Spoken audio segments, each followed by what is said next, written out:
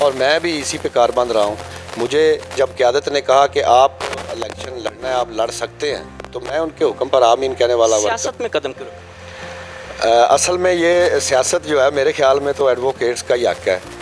تو یہ قانون کو بھی سمجھتے ہیں، لوگوں کے مسائل کو بھی سمجھتے ہیں، اور سارا دن ان کے حل کے لیے وہ کبھی تھانے میں، کبھی کچہری میں، کبھی اے سی کے پاس، ڈی سی کے پاس، ریونیو بورڈ میں، ہر جگہ پہ جدھر جدھر عوامی مسائل ہیں ادھر ادھر وکلاء کی رسائی ہوتی ہے.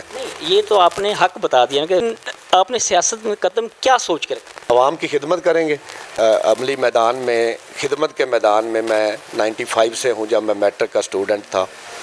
اب عوام کے پاس جا رہے ہیں کہ ہم الیکٹ ہو کے ممبر اسمبلی بن کے آپ کی اس سے بہتر خدمت کر سکتے ہیں انشاءاللہ. خدمت تو جو نون لیگ کی جماعت ہے وہ بھی کہہ رہے ہیں ہم عوام کی خدمت کر رہے ہیں، جو پی ٹی آئی کی جماعت ہے وہ بھی کہہ رہے ہیں جی ہم عوام کی خدمت کر رہے ہیں. لیکن وہ بظاہر آپ کے سامنے ہی ہے کہ مہنگائی کہاں پر پہنچ چکی ہے، ڈالر کس حد تک کس شرح پر ہے، اور ساری چیزیں وہ آپ کے سامنے ہیں. وہ بھی خدمت کر رہے ہیں. کیا اس طرح کی خدمت کریں؟ انہوں نے میرے خیال میں تو اس سے پہلے عوام کی خدمت کم کی ہے اور اپنے آنے والی نسلوں کی خدمت زیادہ کی ہے. اور جس وجہ سے مسائل آپ کے سامنے ہیں، بچوں کو کتابیں نہیں مل رہی، اسپتالوں میں دوائیاں نہیں مل رہی، سڑکوں کا حال آپ کے سامنے. فخر سے کہتا ہوں کہ جماعت اسلامی ایک واحد جماعت ہے جس کا کسی نیب میں، پاناما میں، پنڈورا پیپر میں، FIA میں، اینٹی کرپشن میں کوئی ایک کیس جماعت اسلامی کے کسی سابق وزیر، مشیر اور ہمارے درجنوں کے حساب سے ممبر پارلیمنٹ رہے ہیں، ان پہ کوئی ایک نام نہیں ہے. اور ان جماعتوں کا جو 2-3 نام آپ نے لیے ہیں، مسلم لیگ نون ہے، پیپلز پارٹی ہے، PTI ہے، اور یہ MQM اور دوسری جماعتیں جو ہیں اس وقت اقتدار میں ہیں، ان پہ سینکڑوں کے حساب سے کیسز ہیں.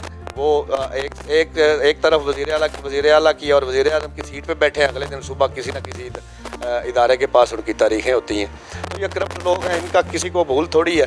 اور یہ دیکھ لیں جو پیسے کا کھیل آج جو میں ابھی ٹی وی پہ خبر دیکھی ہے کہ یہ مسلم لیگ نون والے جیت گئے ہیں، تو اکثریت کن کے پاس تھی اور پہنچ کدھر گئی ہے. یہ جمعہ بازار لگا ہوا ہے ان جانوروں کا، اور یہ جو بنتے ہیں سیاستدان اور عوام کی خادم بنے ہوئے ہیں، یہ کروڑوں روپے 50 کروڑ روپے ایک MPA کا جو ریٹ لگا ہوا ہے. ایسے تو مال مویشی بکتے ہیں جیسے یہ ان لوگوں کے ممبر پارلیمنٹ بک رہے ہیں. تو کیا سمجھتے ہیں کہ یہ جو منڈی لگی ہوئی یہ منڈی کب تک لگی رہے گی؟ یہ عوام کا حق یہ کب تک کھاتے رہیں گے؟ یہ تو عوام پہ ہی منحصر ہے کہ یہ کتنی دیر ان کو اپنے اوپر مسلط رکھتے ہیں. میرے پاس ایک سال قیادت موجود ہے سراج الحق صاحب کی صورت میں. مطلب وہ اگر غیر ملکی دورے کرتے ہیں تو جا کے 5 اسٹار ہوٹلوں میں نہیں ٹھہرتے، 7 اسٹار ہوٹلوں میں نہیں ٹھہرتے. وہ مسجد کا دروازہ کھولتے ہیں اور پورے جو ان کے ساتھ 22ویں اسکیل کے آفیسر ہیں وہ مسجد میں سوتے ہیں ان کے ساتھ. یہ مثالیں ان کے پاس موجود ہیں. تو جب عوام ہمیں قبول کرے گی، ان کو پتہ چلے گا کہ خدمت ہوتی کیا ہے اور ڈیولپمنٹ کیا ہوتی ہے اور عوامی مسائل کو حل کیسے کیا جاتا ہے. جہاں ہمارے پاس اقتدار آیا ہے، جزوی طور پہ آیا ہے، چاہے ہم کلی طور پہ رہے ہیں، تو ہم نے ثابت کیا ہے کہ خدمت کس کو کہتے ہیں اور کرپشن فری معاشرہ کیسے تشکیل دیا جا سکتا ہے. تو یہ عوام پہ ہی منحصر ہے کہ کتنی دیر ان کو اپنے اوپر مسلط رکھتے ہیں. عوامی رائے جب لی جاتی ہے، ہم پوچھتے ہیں کہ بتائیں جی آپ ووٹ کس کو دیں گے؟ کوئی کہتا ہے جی کہ میں نون لیگ کو دوں گا، کوئی کہتا ہے جی میں PTI کو دوں گا. کوئی اور جماعت کا، کسی اور جماعت کا نام لینے کو نہیں، اکا دکا ہوگا جو پیپلز پارٹی کا نام لیتا ہوگا. تو آج تک بہت کم سنا ہے کہ وہ جو کہتا ہو نہیں جی میں تو جماعت اسلامی کو ووٹ دوں گا، میں پکا سچا مسلمان ہوں، میں اپنے حق پر بات کروں گا، حق سچ پر جو جماعت ہے میں جماعت اسلامی کو ووٹ دوں گا. اس کی کیا وجہ ہے؟ اصل میں انہوں نے سیاست کو پیسے کا کھیل بنا دیا ہے، خزانے کو انہوں نے بے دردی سے لوٹا ہے. عوام کو اس بات کی سمجھ نہیں آتی کہ یہ جو 50 کروڑ روپیہ ممبران پارلیمنٹ کا ریٹ لگا ہوا ہے، یہ اپنے باپ جد دادا کی جائیداد بیچ کے انہوں نے 50 کروڑ میں MPA نہیں خریدنا. یہ ہمارے پیسہ ہے جو کرپشن کا پیسہ ان پارٹیوں کے پاس موجود ہے، زرداری صاحب کے پاس، میاں نواز شریف کے پاس، اور دوسری جماعتوں کے پاس. جو ان کے پاس عوام کا پیسہ، خزانے کا پیسہ ان کے پاس ہے، وہ اس سے خرید کے لوگوں کے سامنے فروخت، مطلب استبل بنایا ہوا ہے انہوں نے. اور یہ استبل میں گھوڑے کھڑے ہوئے ہیں اور جاتا ہے کوئی بندہ کتنا ریٹ لگاتا ہے اور جا کے خرید کے لے آ کے اپنی طرف باندھ لیتا ہے. یہ ایسا چل رہا ہے نظام. اور عوام جماعت اسلامی ڈیلیور کرتی ہے. عوام پہ شکوہ ہے کہ خدمت کرنے والے لوگ کرپشن سے پاک لوگ، صاف ستھری قیادت جماعت اسلامی کے پاس ہے. اگر عوام ہمیں قبول کرتی ہے تو یہ عوام کا اپنا فائدہ ہے. اب عوام کو اس بات کی سمجھ آ جائے گی کہ یہ پیسہ جو لوٹ مار کا ان کے اپنے للوں تللوں پہ خرچ ہو رہا ہے، جو سابقہ حکومتیں مسلط رہی ہیں پاکستان پہ 70-75 سال میں، باقی ووٹ دینا نہ دینا وہ عوام کی مرضی ہے. ہم عوام کو اپنی بات بھی بتائیں گے، ہم عوام کو ان پارٹیوں کی بات بھی بتائیں گے. ایسی بات، ایسا پیغام جو انہوں نے آپ کو ڈلیور کیا ہو کہ آپ جائیں جی، آپ اپنی عوام میں میرا یہ پیغام ان تک پہنچائیں. ہمارا جماعت کا جو اس وقت نعرہ ہے اسلامی پاکستان، خوشحال پاکستان. دنوں سراج الحق صاحب نے ایک ٹرین مارچ کیا تھا، مقصد کیا تھا؟ وفاقی شرعی عدالت میں ابھی ریسنٹلی ایک فیصلہ آیا ہے کہ پاکستان میں فی الفور سودی معیشت سے پاک سودی معیشت اور بجٹ پیش کیا جائے. تو جو پچھلا بجٹ بنایا ہے اس موجودہ گورنمنٹ نے، وہ انہوں نے سود سمیت ہی بنا دیا ویسے ہی، مطلب عدالت کے فیصلے پر عمل درآمد نہیں ہوا. مین ایشو یہ تھا ہمارے ٹرین مارچ کا. دوسرا ایشو تھا مہنگائی کا. مہنگائی کے لیے تو انہوں نے بڑی جدوجہد کی نا جی سراج الحق صاحب نے، کہ وہ مین جو ان کا ٹرین مارچ تھا وہ مہنگائی کے خلاف ہی. وہ اس وقت پٹرول انہوں نے 250 روپے لیٹر، جو روزمرہ کی اشیاء ہیں وہ عوام کی پہنچ سے باہر، اور یہ سودی معیشت، یہ تینوں کام کے جو لے کے ہم عوام کے پاس ٹرین مارچ کی صورت میں گئے تھے، اور اس کا بہت اچھا رزلٹ لوگوں نے دیا ہے. IMF اور مہنگائی کب جان چھوٹے گی اس عوام کی؟ جب عوام جان چھڑائے گی. جن پارٹیوں نے اب تک حکومت کی ہے وہ اس سودی معیشت کا اور مہنگائی کا اور قرضوں کا ذمہ دار وہی ہیں. یہ بتائیں کہ جو ڈاکٹر عظیم الدین صاحب ہیں وہ بھی ایک مذہبی رہنما ہے، ان کی گرفت ہے یہاں پر، جو مذہبی ووٹ جتنا بھی ہے وہ الیکشن لڑتے آ رہے ہیں، تو ان کی جتنا ووٹ ہے مذہبی ووٹ ہے، ان کی گرفت ہے. کی گرفت بن سکے گی؟ جی لکھوی صاحب خود ہی اپنے ٹریک سے اتر چکے ہیں. ٹھیک ہے، وہ اپنا ایک دعوے دار ہیں کہ وہ مذہبی لوگوں کا ووٹ جو ہے وہ کہتے ہیں کہ ہمیں ملے گا. لیکن میں اس بارے میں یہ کہوں گا کہ لکھوی صاحب کے خاندان کی سیاست کا آغاز جو ہے وہ ڈاکٹر عظیم الدین صاحب، ان کے جو تایاب تھے محی الدین لکھوی صاحب، وہ جماعت اسلامی کے پلیٹ فارم سے ہی ہوا تھا، اور ہمارے ٹکٹ پر وہ یہاں منتخب ہوئے تھے اسی حلقے سے، اور ممبر پارلیمنٹ بنے. اس کے بعد ڈاکٹر صاحب کے جو والد صاحب تھے معین الدین لکھوی صاحب، وہ مسلم لیگ نون پہ چلے گئے، جماعت کو چھوڑ دیا ان لوگوں نے. ابھی انہوں نے 4 مختلف پارٹیاں بدل کے دیکھ لی ہیں. میرے خیال میں تو یہ ان پارٹیوں کا ٹکٹ اس لیے لیتے رہے ہیں کہ یہ جیتنا چاہتے تھے، کہتے ہیں مطلب کہ یہ جیتنے والی پارٹیاں، ان کے پاس جیتنے کا لائسنس ہے. اس کے باوجود وہ ہارے ہیں. 4 ٹکٹ لینے کے باوجود، 4 مختلف جماعتوں میں جانے کے باوجود وہ ہارتے رہے ہیں، مسلسل ہارتے رہے ہیں. اور میرے خیال میں مجھے جہاں تک یاد ہے کہ معین الدین لکھوی صاحب بھی آخری الیکشن ہار گئے تھے، اس کے پاس وہ اللہ کی رضا سے وفات پا گئے. تب سے ڈاکٹر صاحب اب میدان میں آئے ہیں. تو یہ اگر نہیں جیت سکے تو کیوں نہ اپنے اصل کی طرف لوٹ آئیں. تو میں تو ان کو، اگر وہ ہماری جماعت میں شامل ہوتے ہیں تو ان کو میں خوش آمدید بھی کہتا ہوں، اور میں ان کا ورکر بن کے کام کرنے کو بھی تیار ہوں، اگر وہ اپنے اصل کی طرف لوٹتے ہیں تو. بڑا پن ہے. عظیم الدین لکھوی صاحب ہیں، گو کہ انہوں نے کاف لیگ، کبھی نون لیگ، کبھی PTI جماعتیں انہوں نے بدلی ہیں، لیکن ملک نعیم صاحب جو ہیں انہوں نے پھر بھی ان کو یہ ایک بڑا پن دکھاتے ہوئے کہا جی کہ ان کی جو منزل ہے وہ جماعت اسلامی ہی ہے، جو مذہبی ووٹ ہے ان کے پاس، تو ان کو چاہیے کہ وہ بھی اپنے گھر واپس لوٹ آئیں. یہ آپ نے بڑی اچھی بات کی. جی یہ ڈاکٹر صاحب کا مذہبی مطلب ٹھیک ہے، ان کا عقیدت مند لوگ ادھر ہیں، لیکن وہ مذہبی جماعتوں کے ووٹ جو مذہبی نام پہ ملتے ہیں ان کو کلیم اب نہیں کر سکتے. وہ اب کلیم کر سکتے ہیں تو PTI کے ووٹ کو کر سکتے ہیں، یا پیچھے جو 3-4 انہوں نے پارٹیاں بدلی ہیں. اگر وہ مذہب کے ریپرزنٹیو ہیں تو جماعت اسلامی ان کے پاس بہترین آپشن تھا. وہ یہاں پہ اپنے وہ جو ظاہری بات ہے جہاں سے ان کی سیاست کا آغاز ہوا ہے، اگر وہ اس جماعت میں آتے ہیں تو میں ان کو سب سے پہلے میں ویلکم کہوں گا. یہ لوگ سارے ہی مطلب ہمارا تو پورا حلقے میں اقلیتی ووٹ بہت کم ہے، مذہب سے سارے لوگ پیار کرتے ہیں، اور بہت شدت کی حد تک جو ہے وہ مذہبی ایشوز پہ نکلتے بھی ہیں باہر. اور ووٹ جو ہیں جن کو مطلب صرف ووٹر کہا جائے گا کہ وہ مذہب کی بنیاد پر، وہ اچھا خاصا ووٹ ہے اس حلقے میں۔ دیکھیں جی، سراج الحق صاحب واحد لیڈر ہیں جن کے بارے میں چیف جسٹس آف پاکستان ان کے ریمارکس تھے عدالتی کارروائی کے درمیان۔ انہوں نے کہا کہ اگر صحیح معنوں میں نے 62 اور 63 پہ عمل درآمد کر دیا تو ماں سوائے سراج الحق کے پارلیمنٹ میں ایک بھی بندہ نہیں بچے گا۔ اس سے بہتر قیادت ہم کیا فراہم کریں کہ جس کے بارے میں چیف جسٹس آف پاکستان خود یہ ریمارکس دے رہا ہے کہ سراج الحق کے علاوہ کوئی نہیں بچے گا اگر 62-63 جو آئین کی دفعات ہیں ان پہ عمل درآمد ہو جائے۔ تو یہ ہم نے پیش کرنا ہے اپنا ماڈل ہم نے پیش کر دیا ہوا ہے عوام کے پاس۔ ہم نے خدمت کے میدان میں ہم نے عام مذہبی جو رجحان ہے ان کا اس کے بارے میں، اور سراج الحق کی دیانتداری کے بارے میں معاشی ٹیم ہمارے پاس ہے، لائرز کی بہت اچھی ہمارے پاس، جتنی جماعت اسلامی کے پاس ہے وہ کسی اور جماعت کے پاس نہیں ہے لائرز کی ٹیم۔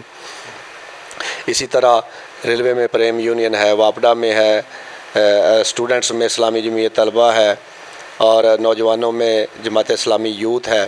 ہم نے ہر سطح پہ جتنی تنظیم ہمارے پاس موجود ہے کسی اور جماعت میں نہیں ہے۔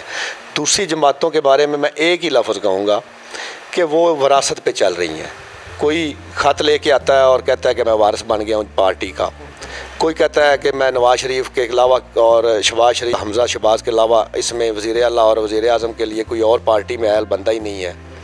ٹھیک ہے، ابھی عمران صاحب ہیں، مہنگائی پہ ان کی اپنی جو ٹیم تھی پچھلے ٹینیور میں جب ان کی حکومت ختم ہوئی ہے تو وہ کہتی تھی کہ مہنگائی اتنی زیادہ ہو گئی ہے کہ ہم عوام کے پاس کیسے جائیں گے، تو ان کو بھی موقع شہباز شریف صاحب نے فراہم کر دیا۔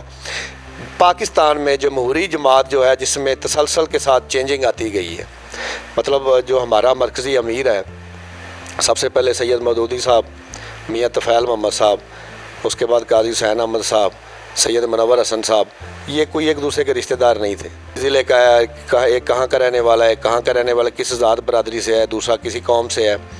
تو چینجنگ اگر آئی ہے یا جمہوریت کسی جماعت میں موجود ہے تو وہ صرف جماعت اسلامی ہے، یا قیادت کی تبدیلی کہہ لیں کہ جب وہ بندہ نسل در نسل ہماری جماعت نہیں چلتی کہ ایک مر گیا اس کے بعد اس کا بیٹا، وہ دوسرا مر گیا دوسرے کے بعد اس کا بیٹا، ایسا سسٹم جماعت اسلامی میں نہیں ہے۔ وراثت نہیں سمجھتے آپ کسی کو۔ آج جو پی ٹی آئی تھی، پی ٹی آئی نے بھی مہنگائی کو بڑھایا ہے، مہنگائی پہ کنٹرول تو نہیں کیا اس نے بھی۔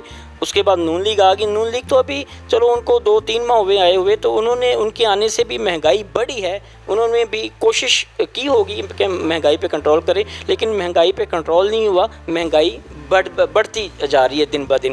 تو ابھی جو مہنگائی دن بہ دن ایسے بڑھ رہی ہے، تو یہاں پر آپ کی جو جماعت ہے وہ جیسے انہوں نے سراج الحق صاحب نے ٹرین مارچ کیا تھا مہنگائی کے خلاف، تو بالکل یہ ان کا حق بنتا تھا کہ عوام بھی ان کے ساتھ جوک در جوک تھی، تو یہ ان کا حق بنتا تھا۔ تو ابھی جو مہنگائی کے خلاف ابھی آپ کیا ایسا قدم اٹھانا چاہتے ہیں یا اٹھا رہے ہیں کہ مہنگائی پر کنٹرول کیا جائے؟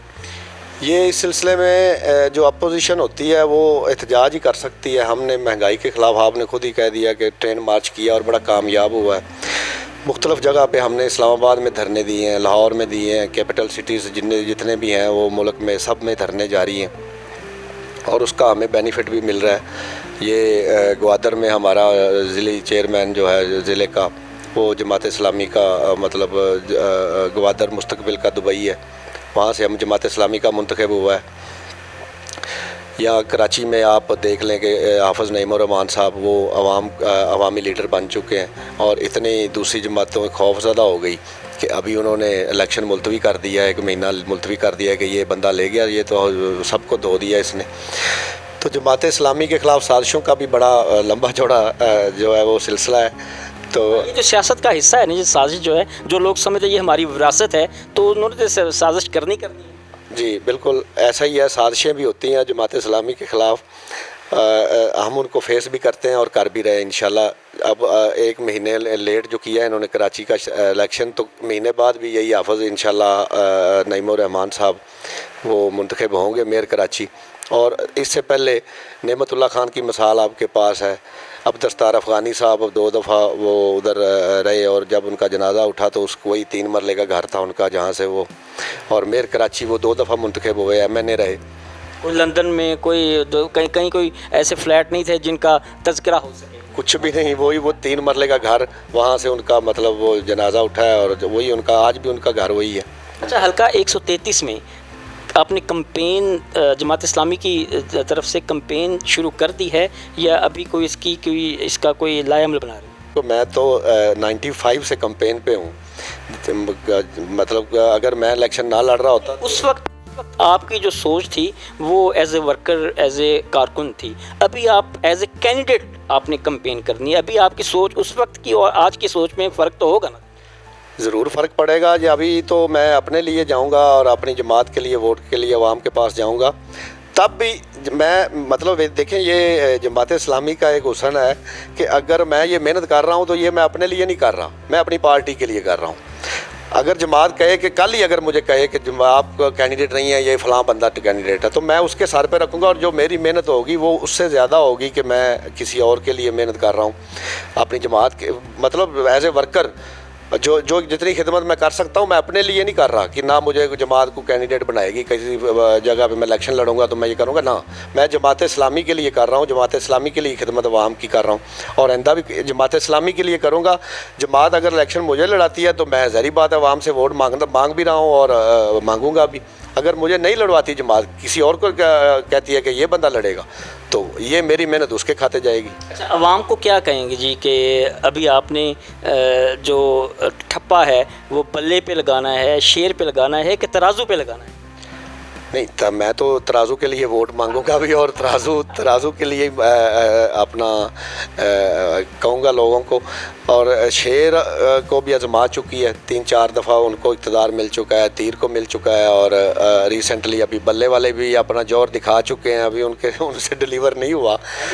ان سے میچ جو ہے نا وہ میچ کو انہوں نے فکس کیا جب بھی کیا. تو آپ کا کہنے کا مقصد ابھی باری ترازو کی آنی چاہیے، ترازو کا حق ہے.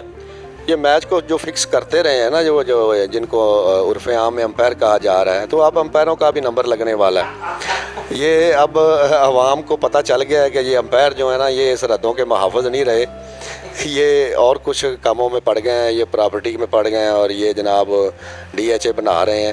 یہ ملکی سیاست میں ان کا کیا کام؟ یہ جائیں اپنا کام کریں، جس کام کے لیے عوام نے اس کو تنخواہ دیتی ہے یہ اس کام پہ رہیں. یہ آ جاتے ہیں ہوٹل امپائر، نیوٹرل تو ہے ہی نہیں. یہ امپائرنگ کسی اور کو دیں، یہ سیاستدانوں کا کام ہے، یہ سیاستدانوں کو کرنے دیں. یہ جو کام جن کا ہے وہ اپنا وہی کریں. اچھا، حلقہ 133 میں عوام کو ترازو کی طرف سے، اپنی جماعت اسلامی کی طرف سے، سراج الحق صاحب ان کی طرف سے کیا پیغام دینا چاہیں؟ میں تو یہی کہوں گا کہ سب آزمائے جا چکے ہیں اور سب فیل ہو چکے ہیں. ملک دن بدن جس آپ چیک کر لیں پچھلے 40-50 سالوں میں جتنا مقروض ہوا ہے، 51,000 ارب روپیہ جو ہے پاکستان پہ قرضہ ہے. ہمارا جو آنے والا بچہ ہے نا جو ابھی صبح پیدا ہونا ہے وہ بھی 2-2.5 لاکھ کا مقروض ہے. تو ہم نے تو قرضہ نہیں لیا بھائی، میں نے نہیں لیا، آپ نے نہیں لیا قصوری صاحب، اور یہ آپ کے کیمرہ مین اور دوسرے لوگوں نے نہیں لیا. یہ قرضہ کن لوگوں نے لیا؟ یہ ان کی جیبوں میں ہے. ہم نے قرضہ نہیں لیا. نہ پاکستانی عوام اس پہ خوش ہے، کوئی بھی اس پہ خوش نہیں ہے. تو سراج الحق کا پیغام بھی یہی ہے اور میرا بھی یہی ہے کہ ان لوگوں سے جان چھڑوا لیں جو بیرونی وہ اپنا کاسا لے کے مانگنے کے لیے جاتے ہیں اور پوری عوام کو جو ہے وہ ندامت کا سامنا ہے کہ یہ فقیر لوگ بنے ہوئے ہیں باہر جا کے. پاکستانی قوم خوددار قوم ہے اور یہ تیسرے آپشن کی طرف دیکھ رہی ہے اور سراج الحق کے علاوہ کوئی تیسرا آپشن بہتر میری نظر میں نہیں ہے. یہ اتنا قرضہ لے کر IMF سے بجلی پہ ٹیکس لگا دیے، ٹیکس بھی 3-3 4-4 ٹیکس ایک بل پہ لگے ہوتے ہیں اور ریونیو پہ اتنے ٹیکس لگا کے یہ اتنا جو قرضہ ہے، اتنا فنڈ ہے، یہ جا کدھر رہا ہے؟ یہ جو 50 کروڑ روپیہ ایک MPA خریدنے کے لیے انہوں نے فکس کیا ہے، ایک ریٹ نکالا ہے. اچھا، یعنی کہ ان کو پتا تھا کہ ہمیں ہمارے اتنے اخراجات ہوں گے، ہمیں اتنا خرچ کرنا پڑے گا، یہ اس کے اکٹھا کر رہے ہیں. یہ وہی کرپشن کا پیسہ ہے قصوری صاحب، یہ مطلب رونے والی بات ہے کہ یہ وہی کرپشن کا پیسہ ہے جس سے یہ اپنے ایم پی اور ایم این اے خریدیں اور حکومتیں بدلتی ہیں اور یہ اللہ تعالیٰ پہ خرچ کرتے ہیں اور اپنی عیاشیوں پہ خرچ کر رہے ہیں۔ غریب عوام پہ اس سے کئی گنا زیادہ جتنا حکومت ہم پہ خرچ کر رہی ہے اس سے کئی گنا زیادہ تو ہم ٹیکس دے رہے ہیں، یہ اس ٹیکس میں بھی کرپشن کر رہے ہیں، اور جو بیرونی قرضے ہیں وہ تو سارے کے سارے یہ خود ہڑپ کر رہے ہیں، اس پر عوام پہ تو 1 روپیہ نہیں لگاتے یہ لوگ۔ 25 سے 50 کروڑ تک ایک کینڈیڈیٹ کا ریٹ نکلا ہے، یہ کچھ زیادہ ریٹ نہیں ان کا لگ رہا؟ ہاں ویسے گدھوں کا ریٹ اس سے کم ہی ہونا چاہیے، یہ زیادہ ہے ویسے، ٹھیک ہے آپ کی بات۔ لو جی، ملک صاحب نے تو بات یہاں پہ ختم کر دی کہ جو گدھے ہوتے ہیں، گدھے وہ سستے مل جاتے ہیں، ویسے اتنا ریٹ نہیں ہوتا ان کا۔ بہرحال جی، یہ تھے ہمارے ساتھ آج ایڈوکیٹ ملک نعیم حیدر صاحب، جماعت اسلامی کی طرف سے حلقہ 133 میں ایم این اے کا الیکشن لڑنے جا رہے ہیں۔ نوجوان قیادت ہیں، ایک نڈر اور بے لوس خدمت کرنے والے نوجوان ہیں، تو عوام جو ہے وہ چاہتی ہے کہ ہمیں ایک ایسا لیڈر ملے کہ جو ہماری بات سنے، ہماری مشکلات کا حل سوچے، تو یہ ان کے لیے ایک بڑا اچھا ایک موقع ہے۔ تو باقی جیسے ملک صاحب نے کہا کہ آپ نے دیکھ لیا، پی ٹی آئی کو بھی آپ نے دیکھ لیا، نون لیگ کو بھی دیکھ لیا، پیپلز پارٹی کو بھی آپ نے دیکھ لیا، تو بنتا ہے ایک موقع جو ہے وہ ترازو کا بھی بنتا ہے۔ ترازو جو ہے، ترازو کو بھی آپ دیکھیں کہ وہ ترازو کہاں تک اپنا بیلنس رکھتا ہے۔ عوام کو پتہ ہے، عوام نے دیکھ لیا ہے سب کو کہ ان کے حق میں کون ٹھیک ہے اور کون غلط ہے۔ عوام میں اب اتنا شعور آ چکا ہے، لیکن وہ مجبور ہے کہ ان کے پاس ایسا کوئی لیڈر نہیں ہے کہ جس پر وہ اعتماد کر سکیں۔ اعتماد پر کیا کہیں گے کہ جو سراج الحق صاحب ہیں، ان کو موقع ملتا ہے، آپ کو موقع ملتا ہے، تو آپ توقعات پر کتنا پورا کریں گے آپ؟ کہ درجنوں کے حساب سے ممبر پارلیمنٹ رہے ہیں، کیبنٹ صوبائی اور مرکزی کابینہ کے حصہ رہے ہیں، ہم لوگ کولیشن گورنمنٹ کا حصہ رہے ہیں۔ ایک مثال میں نے آپ کو دی ہے کہ ہمارے اوپر کسی ایک جگہ پہ کوئی کیس جو ہے نا بیرون ملک جائیدادیں، جماعت اسلامی کے کسی ایک بندے کا جو ہمارے عوامی عہدوں پہ رہے ہیں، کسی پہ کوئی کرپشن کا داغ نہیں ہے، بے داغ کیا تھا۔ جو جماعت نے فیصلہ کیا اپنے نشان کا، اپنے جھنڈے کا، ہر حلقے سے امیدوار کھڑا کرنے کا، اس فیصلے پہ ہم کاربند ہیں، اور اس فیصلے پہ انشاءاللہ تعالی ہم اب سختی سے عمل درآمد کریں گے۔ ہم کسی اتحاد کا حصہ بن کے ان کے ہاتھوں بلیک میل، ان کی کرتوتوں کو اپنے کھاتے میں نہیں ڈالیں گے۔ ہم عوام کے پاس براہ راست جائیں گے، ہم اپنی قیادت کا، بے داغ قیادت کا جو صاف ستھرا اور اجلا کردار ہے ان کے سامنے رکھیں گے، اور عوام ہمیں ووٹ دے گی انشاءاللہ۔ تیسرا آپشن ہم ہی ہیں بھائی، عوام ایسی نہیں ہے جن کی جو جڑیں ہیں وہ چاروں صوبوں میں ہوں۔ جماعت اسلامی ہر جگہ موجود ہے، کشمیر میں موجود ہے، بلتستان میں موجود ہے، KPK میں موجود ہے، ابھی گوادر کا قلعہ ہم نے فتح کیا ہے۔ انشاءاللہ اگر یہ کراچی کا الیکشن 24 کو ہو جاتا تو یہ کراچی پتہ چل جاتا کہ ملک کا سب سے بڑا شہر ہے، ادھر جماعت اسلامی کتنی لیڈ سے جیت رہی تھی۔ یہ چاروں لوگ اکٹھے ہوئے ہیں ادھر جناب۔ میں ایک آپ کی انفارمیشن میں اضافہ کر لوں اور عوام کو بھی بتا دوں کہ یہ چاروں پارٹیاں کراچی میں اکٹھی ہیں، نون لیگ، پیپلز پارٹی، MQM، اور بعض سیٹوں پر ان کی اتحادی، PTI بھی ان کی اتحادی ہے، اور جماعت اسلامی ایک سائیڈ پہ ہے اور چاروں جماعتیں دوسری سائیڈ پہ ہیں۔ یہ بالکل جی، ان کا ملک نعیم صاحب کا یہی کہنا ہے کہ ہم جو قوت ہے، اتحادی جو لوگ ہیں، ہم بالکل ان کا حصہ نہیں بنیں گے، اور ہم لوگ عوام کی خدمت کریں گے۔ آپشن اور کوئی نہیں، بالکل حق اور سچ کی بات کرنے والے تو وہ جماعت اسلامی کے سراج الحق صاحب ہی ہیں۔ تو یہ ترازو جو ہے ایک تھرڈ آپشن ہے، اس کے علاوہ کوئی آپشن نہیں ہے۔ یہ ملک نعیم حیدر صاحب جو ایڈوکیٹ بھی ہیں، درد دل رکھنے والے شخص ہیں، تو ان کا حلقہ 133 میں ابھی یہ کینڈیڈیٹ ہیں، امیدوار ہیں MNA کے۔ تو عوام بالکل باشعور ہے، عوام ہر چیز کو سمجھتی ہے، تو ان کا حق بنتا ہے، آپ کا بھی حق بنتا ہے کہ آپ ان کو ایک دفعہ ضرور موقع دیں۔ اپنے میزبان حمید قصوری کو اجازت دیں، پھر ایک نئے مہمان کے ساتھ آپ کی خدمت میں حاضر ہوں گے۔ بہت شکریہ، اللہ حافظ۔ قائد سالار ہمارا، سراج الحق ہمارا، قائد سالار ہمارا، سراج الحق ہمارا، قائد سالار ہمارا، سراج الحق ہمارا۔